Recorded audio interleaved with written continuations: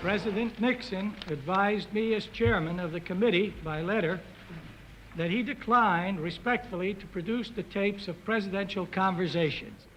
The chairman of the Judiciary Committee of the House of Representatives informs the American people that the president has refused to provide the evidence the committee needs. Next month, the committee must vote for or against impeachment. To judge, they require more evidence. The White House says they have enough. The committee meets in secret. This briefing session is the only way the public learns what happens behind their locked door. The Committee on the Judiciary considers this response by the President to be a very grave matter. Today, the President is in open conflict with the Judiciary Committee. Republicans on the committee, once Nixon men, are angry. One of them is Tom Railsback.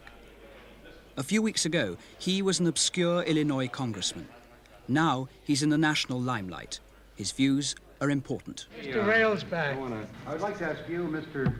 McCrory and Mr. Railsback, to respond.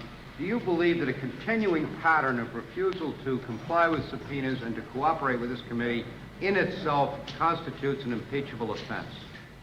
I feel this way about it. If the court, in this particular case, should uphold the right of Congress to subpoena, and the president should continue to defy a court order, that, frankly, there would be many members, including minority members, that believe that no man is above the law and he would probably be impeached.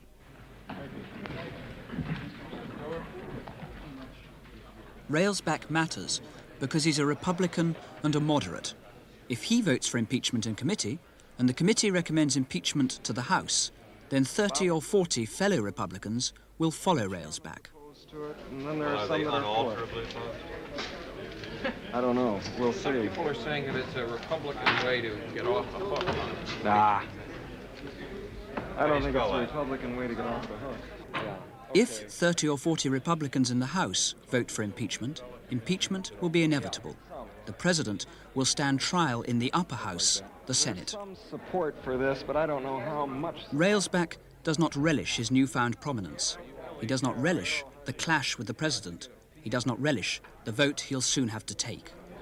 We are being asked to substitute our judgment for the judgment of the American people that elected the president in a near landslide. In other words, we, by our action, can undo and really unseat a president that was elected with about 60% of the votes that were cast. I think that I will probably be remembered more for that particular vote than any other single legislative activity that I engage in, regardless of how constructive or destructive that activity might be. In other words, I think that I'm probably going to be judged on this vote more than any other single legislative vote or other activity. A mile from where Tom Railsback warns Nixon against defiance, the president allows photographers, and photographers alone, into his office to prove to the world that all is well at the White House. But the smile deceives. He's defying the courts. He's defying the Congress. And now, even his own people reject him. He is devious, he is vacillating, he is profane. He is willing to be led. He displays dismaying gaps of knowledge. He is suspicious of his staff. His loyalty is minimal. His greatest concern is to create a record that will save him and his administration. The high dedication to grand principles that Americans have a right to expect from a president is missing from the transcript record.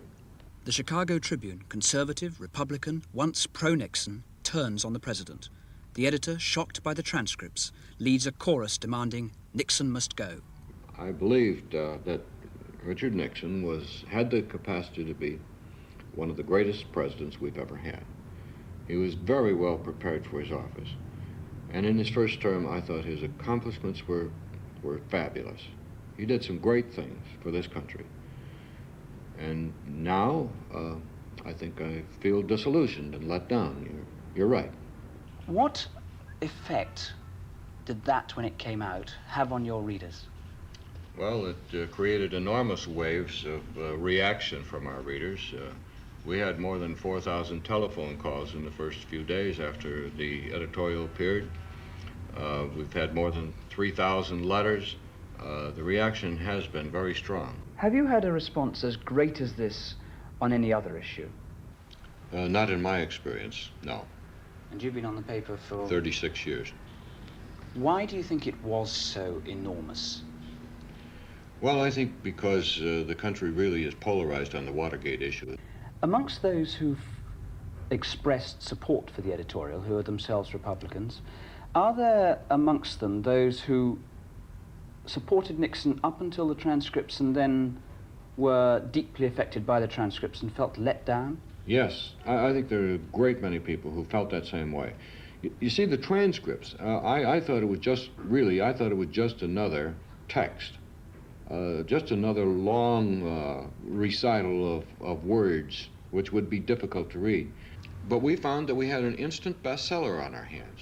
The interest in this document is fantastic.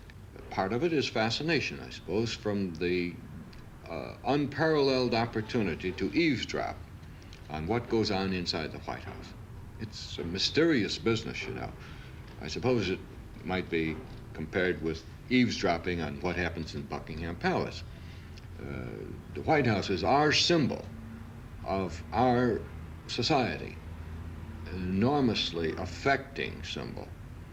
And so when our people have the opportunity to read this, I think they grasp it. And then when they get the significance, when they take out of it the overtones that we found in it, they do react. And even some of the strongest Nixon partisans react very strongly and adversely, as we did. But you must remember that Mr. Nixon in 1972 won an enormous election victory. It was one of the most sweeping victories that we've ever had in this country. So there were literally millions of people in this country who had committed themselves to Mr. Nixon. Now, when an elector commits himself to a candidate, I think he gives part of his own loyalty and faith. And it's hard to recognize that maybe he made a mistake, or if he does recognize it, to admit it. In Washington, the president prepares to leave for the Middle East, a moment's relief from Watergate, but no escape. For the impeachment process is underway. The public wants the truth.